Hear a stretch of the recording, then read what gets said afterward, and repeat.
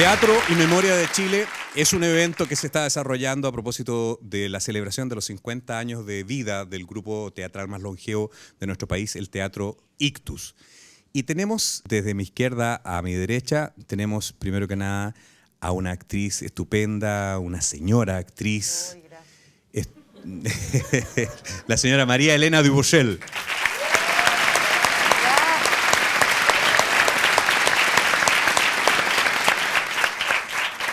Una actriz joven que lleva apellido de actriz del Ictus, la señora Paula Charim. Bien.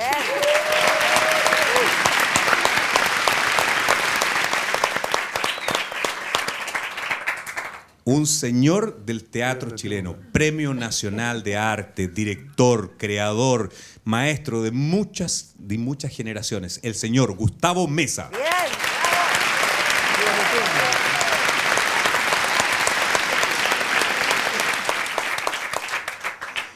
Él es un señor escenógrafo, arquitecto, director, regisseur, y es un honor tener aquí en este teatro a una persona que a lo mejor no ha tenido mucha pantalla, no es muy conocido, porque siempre se ha preocupado más bien de lo que es la creación del espacio escénico. El señor Ramón López. Bien.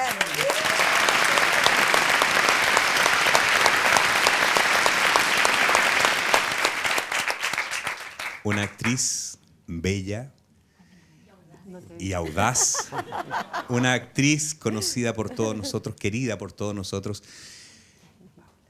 enamorados todos de Shlomit Beitelman.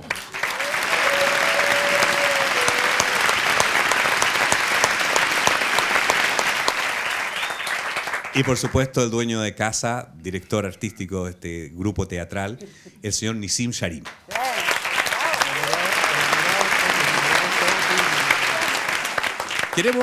Queremos en lo posible en este encuentro, en esta mesa, en este foro, hacer un muy buen diálogo con las personas que nos acompañan, para quienes también pido un tremendo aplauso para las actrices, los directores, las escritoras que nos acompañan en la sala y los alumnos de las escuelas de teatro.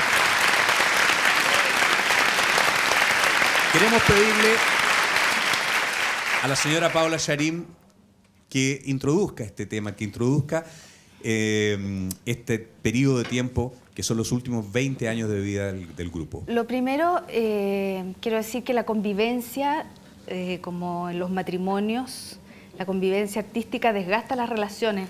Roberto, a la única que no le dijo que era estupenda y todo eso, sí, fue a mí, cosa que me molestó profundamente. Lo digo en el camarín después. Yo te lo dije.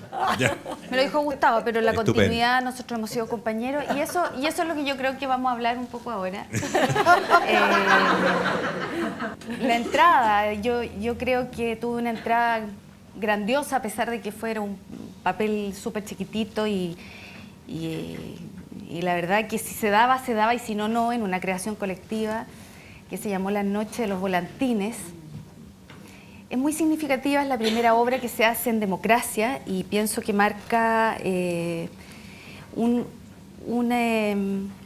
forma de empezar a hablar desde otro punto de vista, desde la sanidad, desde la felicidad de habernos deshecho de esta dictadura, de esta represión que nos daba muchos elementos, que les daba, yo no participé arriba, pero sí abajo como un público activo, muchas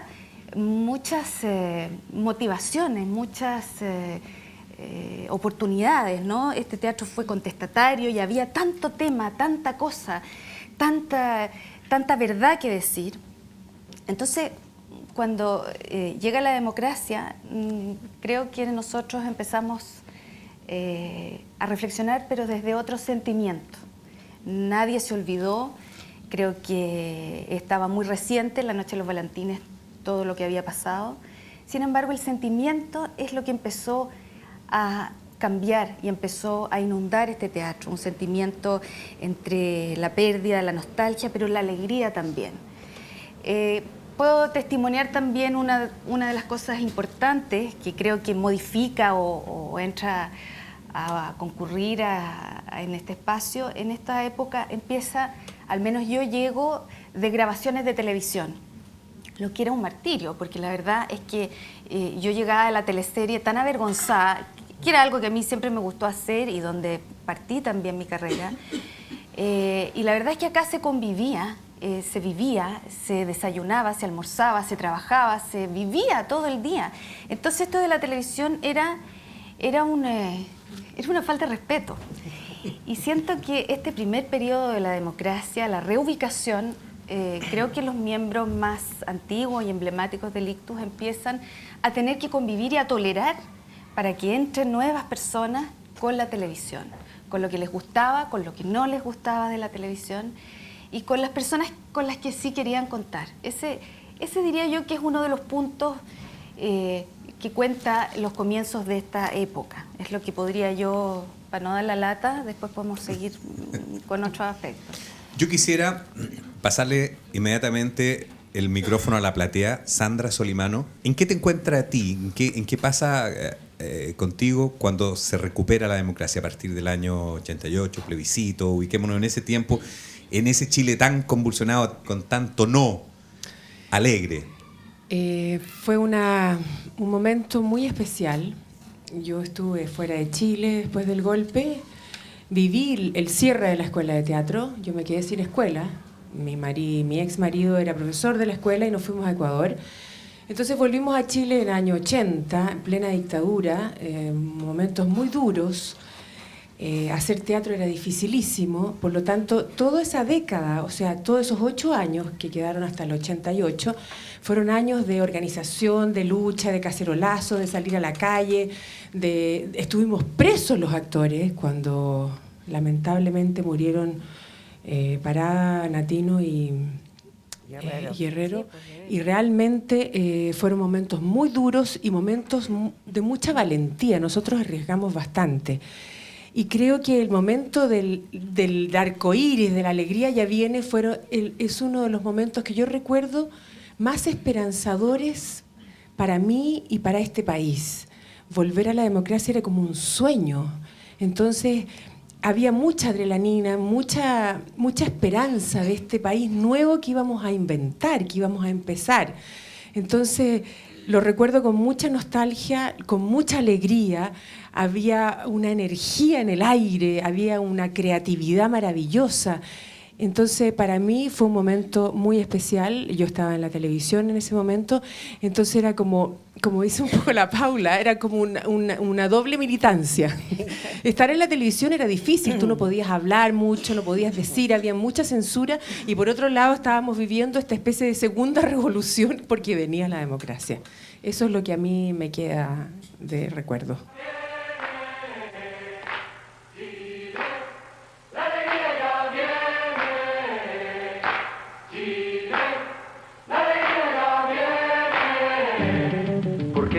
Lo que diga, yo soy libre de pensar, porque siento que es la hora de ganar la libertad. Hasta cuando ya de abusos es el tiempo de cambiar, porque basta de miseria, voy a decir que no.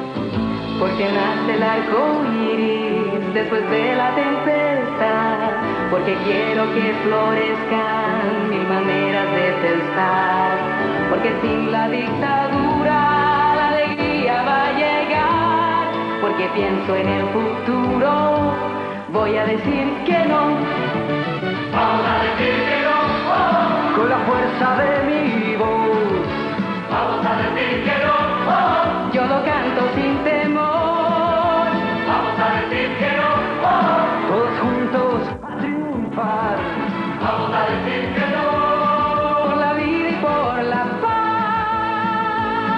Terminemos con la muerte, es la oportunidad de vencer a la violencia con las armas de la paz. Porque creo que mi patria necesita dignidad. Por un Chile para todos, vamos a decir que no. Vamos a decir que no. Oh. Nosotros, cuando hablamos en la presentación, yo hablé de la creación del espacio, la creación de nuevas atmósferas. Ramón López, esta pregunta es para usted. ¿Qué diferencia hubo? ¿Qué pasó con los colores? ¿Hubo alguna, se notó eso en la creación de todo lo que es el diseño integral o eso pasó desapercibido? ¿El arco iris no llegó al teatro?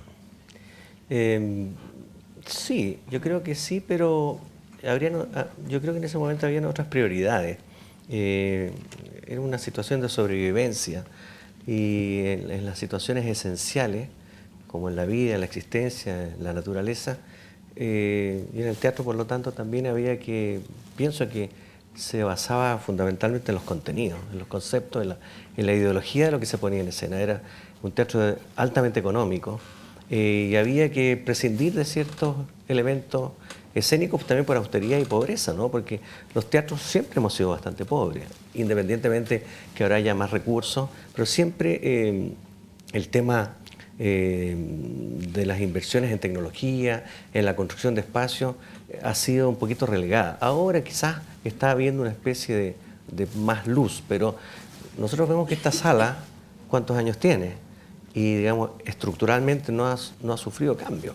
Se han renovado ciertos equipos, pero el espacio es el mismo, es pequeñísimo, es impresionante, digamos, yo recuerdo mis primeros tiempos en el teatro, primero como espectador y después tener el honor de haber venido aquí a trabajar, yo lo veía re grande este escenario. En realidad es una estampilla, ¿no es cierto? O sea, aquí se producían cosas, montajes que yo los veía de un calibre increíble. Cuando Claudio Di Girolamo, que fue uno de los grandes diseñadores, un maestro, desarrollaba sus diseños y planteaba rupturas del espacio que pertenecía más bien a esa generación de los 60, los 70. Después hubo un replanteamiento y yo diría que en el teatro chileno ha habido un fuerte giro en la búsqueda de lenguaje escénico y de metáforas a través de la plástica y la estética espacial.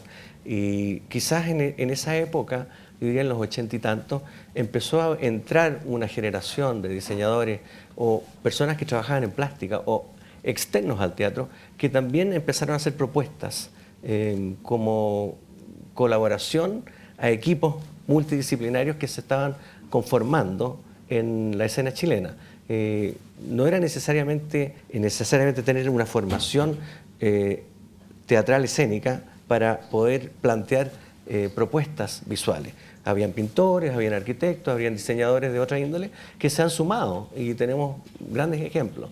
Y eso también produce una variación del lenguaje. Ramón, te escuché en una entrevista una cosa que me dejó muy asombrado y después yo lo he repetido casi como si fuera idea propia. Tú dijiste en esa entrevista que en Chile, teatro, había uno solo, que era el Teatro Municipal. Bueno, es un giro que hago para presionar un poco. O sea, hay muchos teatros, pero realmente es un tema, podemos entrar en él, que a mí me obsesiona, que es la inversión en infraestructura cultural y especialmente escénica. Teatros como tales, construidos como cristianamente se concibe un teatro, son muy pocos en Chile. Muy poco. Pero yo he sabido que tú estás a cargo del Teatro Municipal de Las Condes. No estoy a cargo. Yo asesoré para el equipamiento de algunos nuevos teatros que se están construyendo y que espero lleguen a cabo, porque aquí se construyen teatros y quedan como elefantes blancos y no se terminan nunca y después no se equipan. Ese es otro problema. O sea, tuvimos el Teatro Regional de Talca, que estuvo 20 años en obra gruesa y se terminó hace pocos años atrás, recién.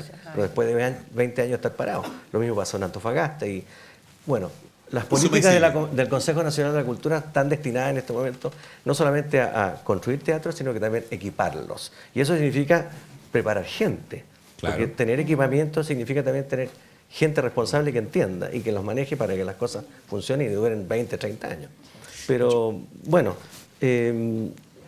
yo creo que en este momento está produciendo un giro en eso. Aparte de las salas de bolsillo que tenemos en Bellavista, aquí en el centro, están habiendo unos teatros, claro, Matucana, etcétera, se van a construir teatros en la periferia, pero yo estoy un poquito escéptico todavía, quiero verlos terminados y funcionando. Y ahí hay otro tema de, digamos, la gestión y la línea editorial de los teatros, porque también uno no saca nada con llenar de edificios y teatros si no hay gente adentro que tenga una política de desarrollo y de actividad. Entonces, las cosas es reversible y es peligrosa. Entonces, tiene que ir a la par. Entonces, quizás el hecho de que hayan 30 o 36 escuelas de teatro pueda tener una justificación porque van a haber espacios y lugares donde toda esa gente va a poder trabajar. suerte astrológica, una buena posición de los planetas, que me tocó estar acá justo con una obra como esta, visitando al señor Green, celebrando los 50 años del ictus. Entonces hay seguramente la obra que uno está haciendo en escena trasciende mucho la obra, y uno está al servicio de esa historia, un poco al servicio de esa gran historia, esa suprahistoria, de esa tradición. Yo era espectador, yo era estudiante de teatro durante los últimos años, de teatro, de derecho. Igual que Nissim, durante los últimos 5 años del régimen militar. Y cuando estaba en el colegio yo venía al ictus como espectador. Entonces seguramente, o sea, más que seguramente, probablemente, tuvo algo que ver en lo que me iba a pasar después a mí, que yo iba a querer estudiar teatro, Y en ese momento era tan claro este espacio como para decir verdades en un sentido incluso metafórico, porque hacerle un quite para decir las cosas de una manera elocuente, de una manera tan elocuente, pero metafórica, para esquivar los impedimentos de esa época, es la misma creatividad que uno va a ver en los 90, es la misma creatividad que uno va a ver en los albores del siglo XXI, y que seguramente es la clave para mantenerse vigente, que es mantener permanentemente ejercitada el alma, estar permeable a lo que pasa con uno como individuo, pero con uno como individuo y parte de una sociedad, de un país, de un mundo que está en permanente cambio. Y para estar al día con este mundo que está en permanente cambio, el conocimiento sí, es importante, pero más importante, y esto no son palabras mías, son palabras de Einstein, más importante es la imaginación. La imaginación.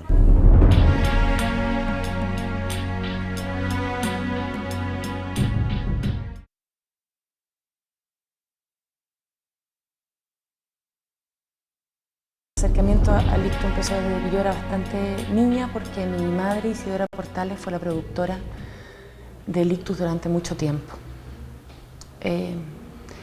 Bueno, yo era una niñita, mi madre trabajaba ahí, era un trabajo muy exigente para ella, como para todos los que formaban parte del ictus. Hasta que entré también a estudiar en la escuela de Gustavo Meza, en la Escuela Teatro Imagen, donde uno de los ítems que había, o sea, uno de la planificación de estudio consistía en tener un año de trabajo de creación colectiva con el ictus. Y como resultado de ese año de investigación y de estudio, nosotros realizamos una obra que se llamó Ser un romántico viajero. Fue una experiencia muy importante para todos los alumnos que ahí participamos, inolvidable, digamos, porque estábamos enfrentados al teatro de creación colectiva, que en ese momento político además era muy importante, muy particular que se hiciera. Y ellos lograban hacerlo. Y logramos darnos cuenta de que el derecho a participar y a tener voz tiene mucho que ver también con la organización. No es solamente un acto de espontaneidad y de participo porque tengo que participar, sino que también hay que meterse en una especie como de sistema organizado, político de alguna manera dentro de la misma creación colectiva, que genera un resultado, que en este caso fue esa obra. Llegó también Shlomo Beitelman al ictus. ¿A qué hora llegaste? Disculpe, perdón, ¿usted es el señor Lachman? El mismo. Ah, ¿el dueño del teatro? Sí. Ah, qué bueno. El efecto mariposa. Efecto mariposa. Así partía. Así, pues, así partía mi parte, en realidad. Así partía su escena. Así partía mi escena. Usted era una chica que venía a que en el teatro le representaran los sueños. Sí, era maravilloso. Fue una experiencia realmente hermosa para mí. Después de haber estado tanto tiempo y haber participado de este espacio como espectadora desde muy niña y haber visto cosas infantiles, vi aquí, muy preciosas, de niña. Y después, qué sé yo, obras como La Maña, bueno, todas las que se nombraron. La Maña fue la que dirigió Víctor Jara. Exactamente. Fabulosa, maravilloso eso. Bueno, El Otelo y tantas producciones. Después de haber, y como escribí en ese entonces un pequeño texto cuando tuve la oportunidad de trabajar, que ya pude no solamente entrar por donde estaban entraba el público, sino que pude entrar por el lado de los actores. Y cuando tuve la oportunidad, por primera vez, de ser una más de aquí del Ictus, de este teatro que nos acogió en tiempos muy difíciles y donde cuántas reuniones no tuvimos aquí, cuántas emociones. Y a propósito del no, aquí yo me acuerdo, los ideólogos, por decirlo así, los científicos de la cosa, aquí parados, escribiendo, comunicándose con el mundo, cómo nos llegaron las ideas, cómo hicimos toda esa campaña que nos permitió en parte recuperar la democracia. Y todo se hizo en este espacio que yo creo que todos tenemos una parte de nuestra historia teatral y como ciudadanos surgió de estas butacas y de este escenario. A mí me da mucha emoción estar hoy día aquí recordando, fíjate. Muchas gracias. Sí. En esa época es interesante recordar que después de todas las vicisitudes a las cuales ha hecho alusión ahora Shlomit, que tuvimos que experimentar durante el periodo de la dictadura, cuando termina, por lo menos jurídicamente, la dictadura, y coincide este término con el término de algunas ilusiones de gente que se había forjado la idea de que la vida estaba en otra parte, cuando termina lo del muro en Europa, digamos. Y nosotros considerábamos entonces cuál era cómo aplicábamos el eslogan de que el arte nos estimula a vivir las utopías para las que hemos sido destinados. Ese fue un periodo de gran estremecimiento para todos nosotros, porque nos liberábamos de una opresión terrible, pero al mismo tiempo se nos acababan algunas ilusiones. Y entonces la expresión teatral de eso fue la búsqueda de alguna manera instintiva de personajes como Einstein, como Freud, para reactualizar aquello que Carlos Fuentes nos dice en una de sus obras, que Rembrandt pintó a un viejo a través de todas sus edades, que contenía la mirada de lo que había sido este viejo y de lo que pudo haber sido. Entonces, la verdad es que instintivamente nos fuimos hacia adentro tratando de entender mejor qué es lo que nos pasaba, cómo íbamos a incorporar a la juventud a este trabajo y cuáles eran nuestros propósitos que iban a sustituir a aquellas nobles aspiraciones que habíamos descubierto que también eran ilusorias.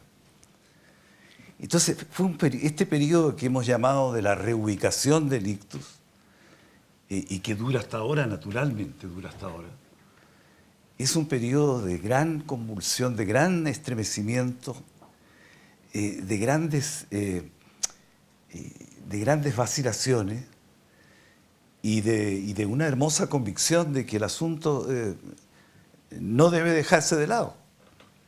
Y el asunto es todo lo que hacemos y lo que pretendemos y en qué y cómo lo vamos a convertir. Eso. En eso, y ahí empezaron a buscar textos en autores como el Onetti, que fue esta obra maravillosa donde, me acuerdo ese efecto episodio mariposa, los amores difíciles, tuyo, el doctor Freud, el Einstein. No voy a casarme nunca, jamás, nunca. Mire, es muy curioso. Los hombres y las mujeres se casan enamorados, ¿verdad? Sí. Después pasan 5 años y los hombres son hombres de mundo con una casa. En cambio, las mujeres son amas de casa sin mundo. Pronto las mujeres van a querer tener derecho a voto. ¡No! ¡Como los hombres! Van a querer conducir automóviles. No, tener cuentas en los bancos. Iniciar trámites legales. No, ser ministras de Estado. En esa época me sentí levemente insultada y sumamente mujer. Como si un rubor recorriera mi cuerpo. Y tuve un creciente deseo de protestar y de decir, sí, así es. Y así ha sido durante siglos. Deberíamos pensar en alguna fórmula para indagar en sus dinámicas más profundas. Por cierto, no podemos hacerlo a través de la técnica de la asociación verbal libre, pero sí podríamos exponer a los niños al juego. Y el elemento lúdico es muy importante porque lo que los niños no pueden expresar en palabras, sí lo pueden expresar en las acciones de este juego. Por favor, mi hija se enferma y ahora en público. Y a mí me ha vuelto la neurastenia. Bueno, ya muy tarde, hablemos del acero de Alemania. Trajo los presupuestos. Acá están. Gracias. Yo creo que lo que la niña necesita ahora es más amor. ¿Más amor? ¿De qué Me hablas? gustaría pasar a su dormitorio para saludarla. De ninguna manera. ¿Está durmiendo? Aunque no estuviera durmiendo, ¿pero qué tienes en la cabeza? Ella te odia, ¿no entiendes? ¡Te odia! El incendio es el sexo. El incendio Claro. es el Y tu sexo. papá te puede salvar de la sexualidad precisamente porque te trata como una niña. Y tú le tienes miedo a Jerka porque Jerka te trata como una mujer. He dado 2 golpes en esta mesa, 2 golpes en un mismo lugar, pero en diferente momento. ¿Correcto? Pero ¿es esto posible? ¿Consideran ustedes que este cuarto está en permanente movimiento porque nosotros estamos girando alrededor del Sol? Está lloviendo y todos ustedes que están aquí en el medio se están mojando bajo la lluvia. Entonces de pronto van a caer 2 rayos, uno a cada lado de ustedes y a la misma distancia. 2 rayos que hacen... Todos ustedes aquí en el medio van a decir que ambos rayos cayeron al mismo tiempo. Pero imaginamos ahora que toda la gente que está aquí detrás viene conmigo en un tren, en esa dirección. Y cuando vamos pasando por este punto, vuelven a caer los 2 rayos que hacen capó. Ahí está.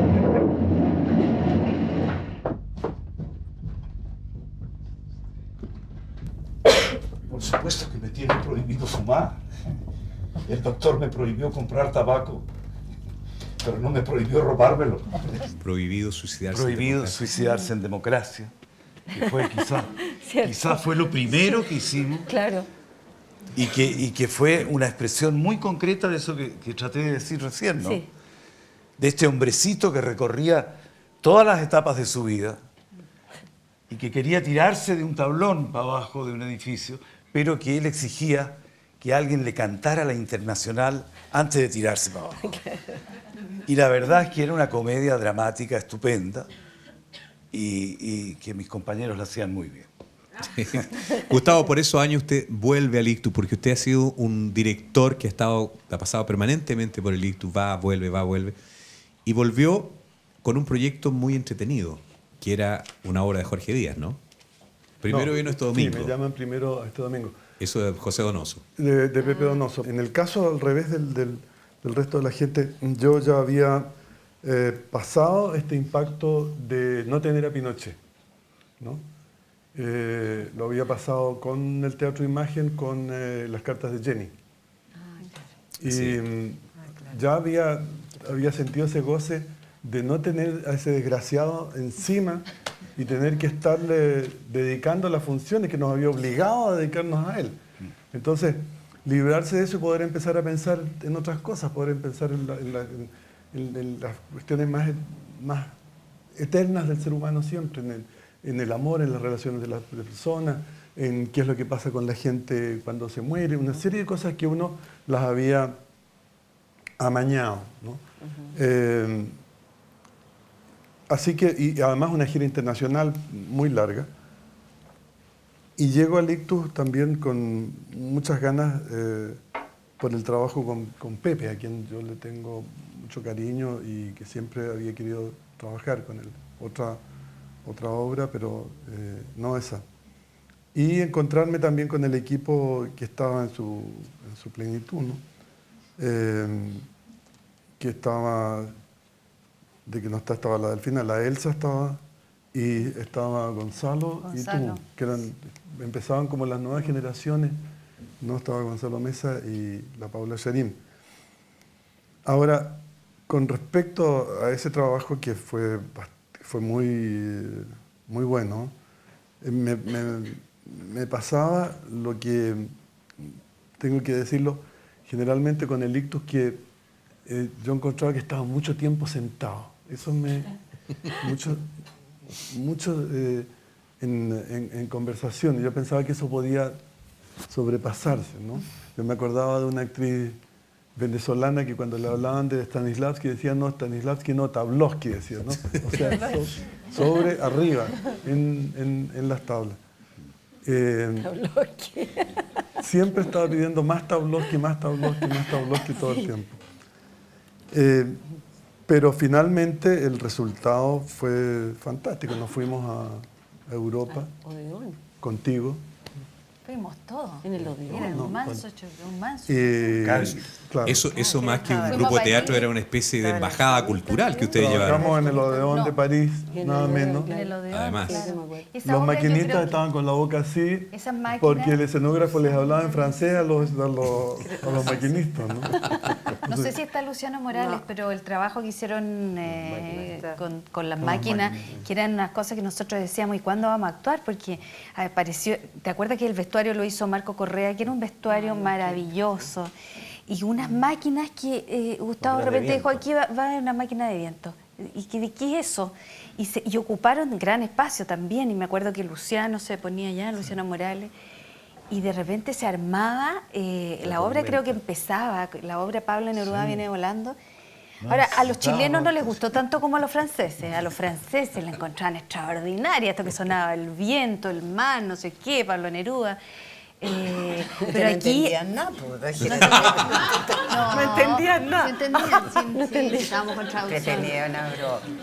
Cartelito. Nada que sea de Pablo Neruda en este país puede dejar contento a la gente, porque en este país todo el mundo se siente entendido en vino y en Pablo Neruda. Dueño Pablo Neruda. Son las dos cosas, vienen siempre de vuelta. Sí. Entonces, naturalmente que todo el mundo decía, no, si yo conocía a Pablo Neruda, porque todo el mundo conoció amigo a Pablo Neruda. Paz, mi amor, ¿quién te esconde? Yo te habría escondido bajo la lluvia. Me arrancaría los ojos para no mirar tu ausencia. ¿A quién perteneces ahora? Ardiendo en la hoguera te esperaba insepulta, con este cuchillo castrador. La venganza será tan dulce como tu sexo. Pablo, ¿a dónde conducen los caminos sobre el agua? El viento, ¿llega o se despide? ¿Me regalarás el paraguas azul del océano? ¿Cómo se enciende una hoguera debajo del mar? ¿Se ofenderán las abejas y las moscas fabrican miel? ¿Qué será la vida más que un pez? ¿Qué es eso? ¡Ser pájaro! Pablo, ¿por qué la memoria? ¿Qué dura más, el silbato de un tren o la muela del juicio? Logró su libertad la bicicleta abandonada. ¿Cómo le digo a la tortuga que soy más lento que ella? ¿Qué distancia metros redondos hay entre el sol y las naranjas? ¿A dónde encontrar una campana que suena dentro de tus sueños? ¿Hay algo más triste en el mundo que un tren inmóvil bajo la lluvia? ¿Cómo saben las estaciones cuándo deben cambiar de camisa? ¿De qué se ríe la sandía si le están asesinando? ¿Hay algo más tonto en la vida que llamarse Pablo Neruda? ¡Llamarse Pablo Neruda!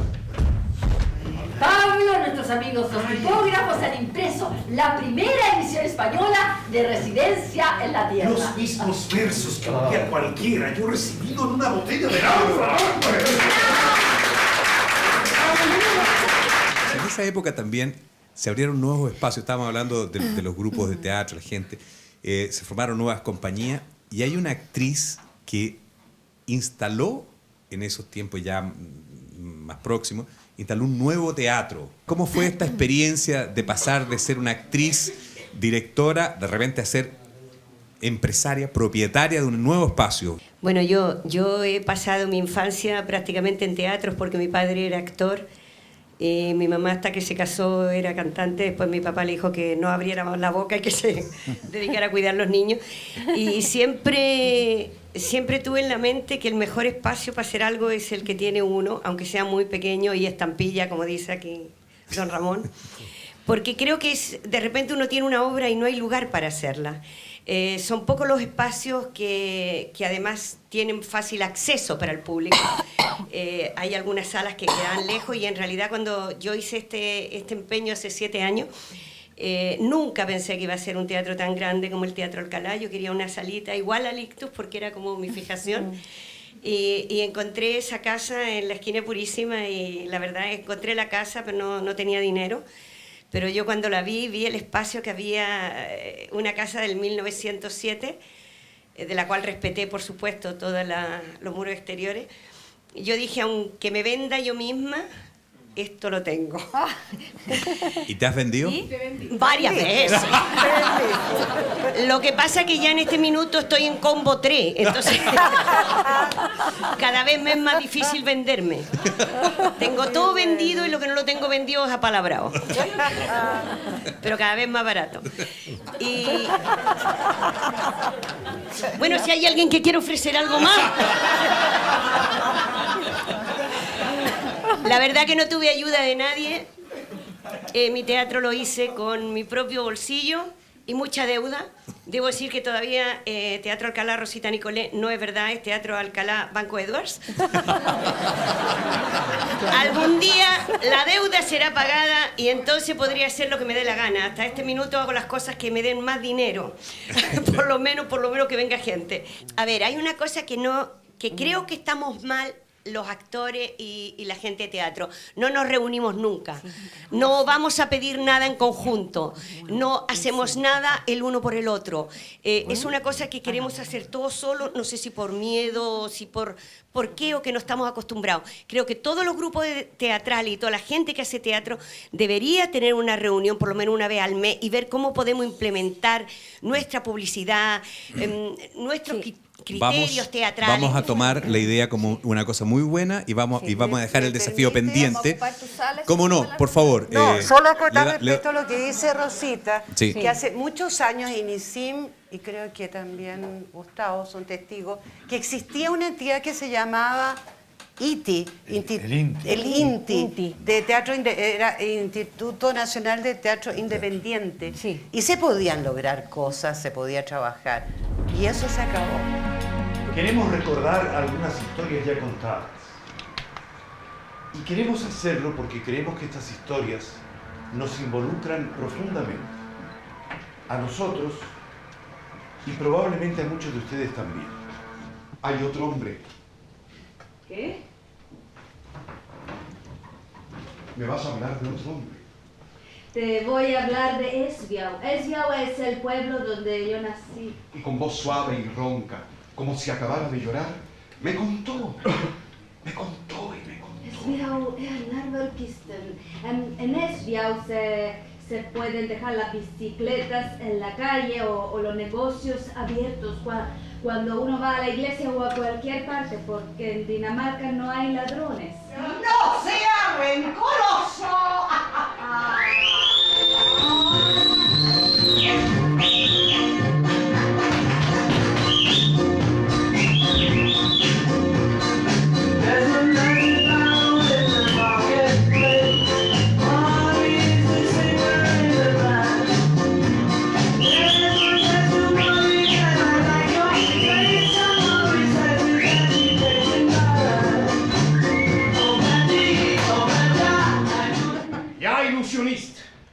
Ich make experiment. Interesne, sympatyczny eksperyment. Per primo, dringen historię. In Chile, september, nefte, septe trai, insolitum factum pregem. Váyase antes que lo eche a patadas, váyase. ¿Dónde está escrito que este baño es suyo? ¿Dónde está la escritura público? ¡Aquí! ¿A dónde? Estas manos fueron guantes de oro en 1924, sí señor. Y este banco se ha venido desde hace 6 meses, agradable y tranquilo, hasta hace una semana que llegó usted y se dedicó a joderle. Sí señor, me tiene la cabeza como pelota. Vaya, No me empuje. No me grite. No estoy gritando. ¿Cómo que no está gritando? Estoy acelerando con énfasis.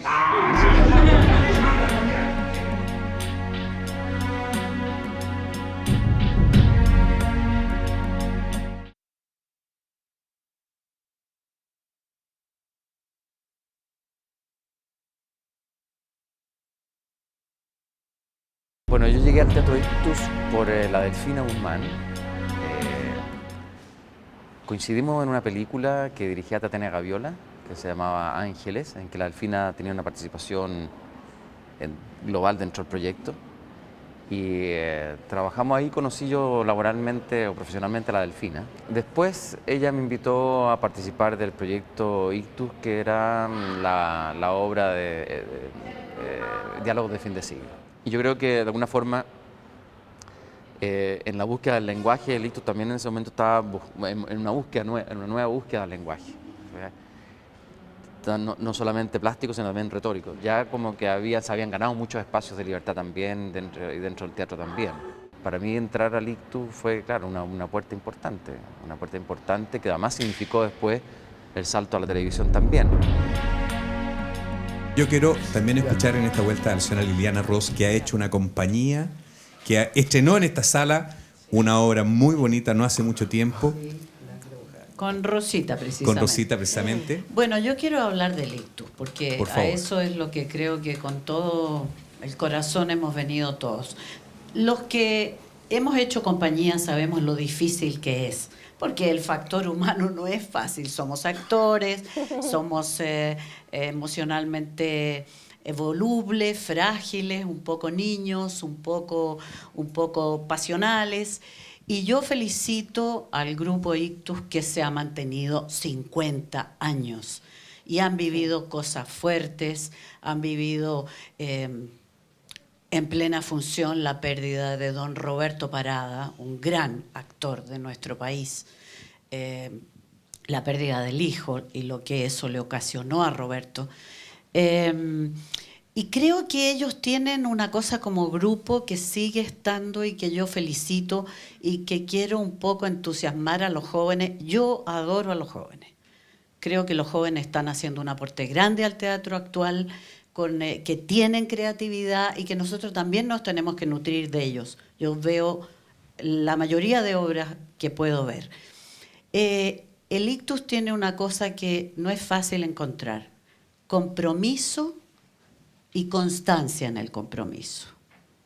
Y eso creo que es básico para el actor y para el grupo teatral. Y yo en eso lo felicito. Y me encanta, porque no vamos a analizar los periodos del Ictus, durante, todos supimos lo que es la historia, lo que fue la historia de este país. Pero lo lindo es que con ese mismo compromiso y esa misma constancia, ellos se han adaptado. Que eso también es lo que tiene que hacer un artista.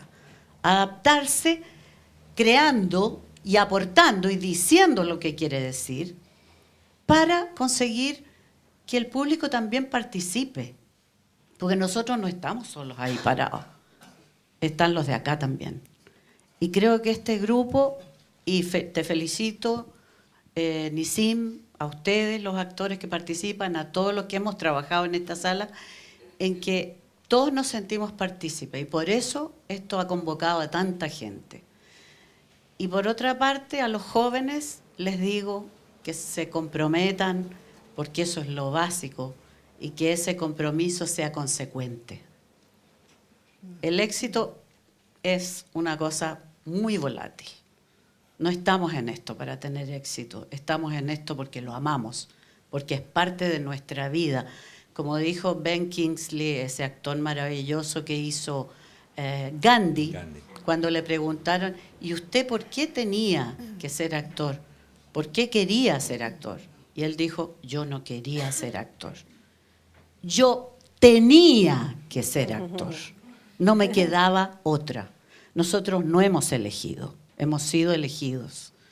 Y creo que eso Ictus lo ha hecho fantástico y lo va a seguir haciendo. Así que cuenten con nosotros. Muchas gracias.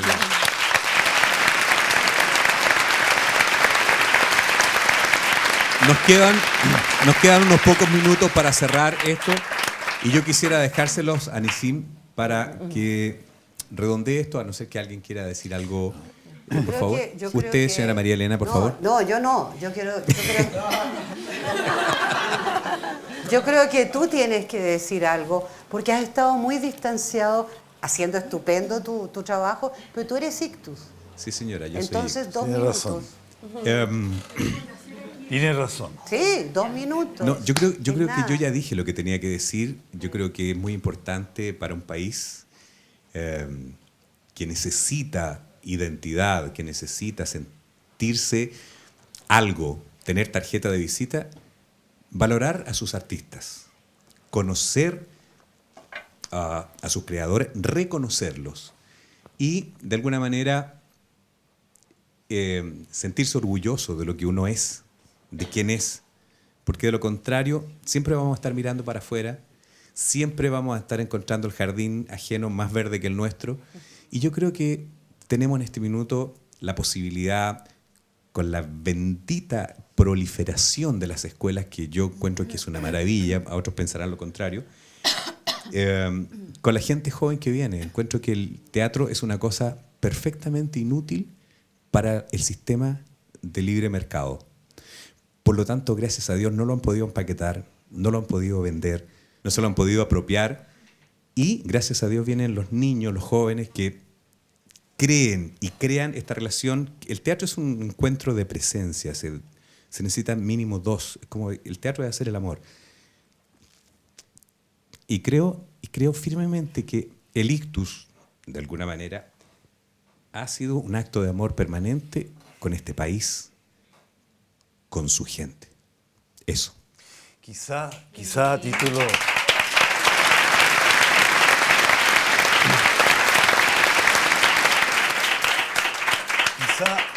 Quizá el resumen más específico de lo que todos hemos tratado de decir aquí es que de alguna manera en el Teatro Ictus hemos hecho del teatro una forma de vivir. Y eso es algo que nos distingue y que nos entrega un estilo y una forma de tratar todos los problemas de la creación. Muchas gracias. Y nos encontraremos siempre para hablar de teatro. Perdona, yo quisiera que Nissim se comprometiera de alguna manera, a propósito de lo que hablábamos, de la necesidad de juntarnos, de que este sea un lugar en el futuro para nuestras próximas reuniones, para las próximas tiradas de línea de lo que tiene que ser nuestro teatro y cómo hacerlo más grande. Por favor, Nissim. Comprométase. Pero no trajo notario, así que... Sí, pero ahí hay otro personaje que también tiene que comprometerse, que es Ramón Núñez. También, todos nos comprometemos. Sí. No va al lado. Muy bien. Entonces un aplauso y con este compromiso terminamos.